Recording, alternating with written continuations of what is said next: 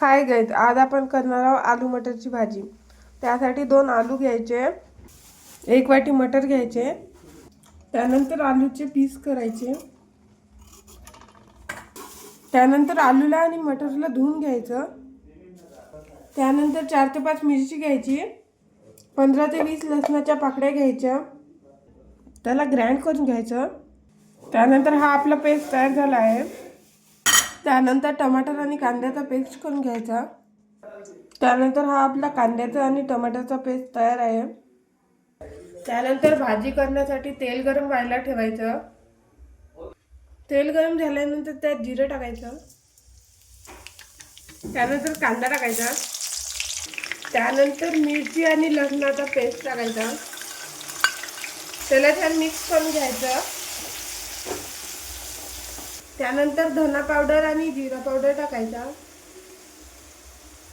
Mix करून घ्यायचं। त्यानंतर टमाटर आणि कांद्याचा पेस्ट टाकायचा, त्याला छान मिक्स करायचं। त्यानंतर अर्धा वाटी खोबऱ्याचा पेस्ट टाकायचा, त्याला छान मिक्स करायचं। त्यानंतर मसाला टाकायचा, त्यानंतर अर्धा चमच हळद टाकायची, त्याला मिक्स करायचं। त्यानंतर 2 चमच तिखट टाकायचं, 1 चमच मीठ टाकायचं, त्याला छान मिक्स करायचं।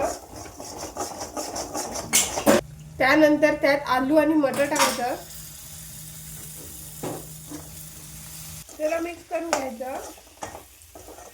त्यानंतर त्यात थोडंसं पाणी टाकायचं आणि त्याला छान मिक्स करून घ्यायचं। त्यानंतर त्याला झाकून त्यावर पाणी टाकायचं आणि त्याला मीडियम गॅसवर 10 ते 15 मिनिट शिजू द्यायचं।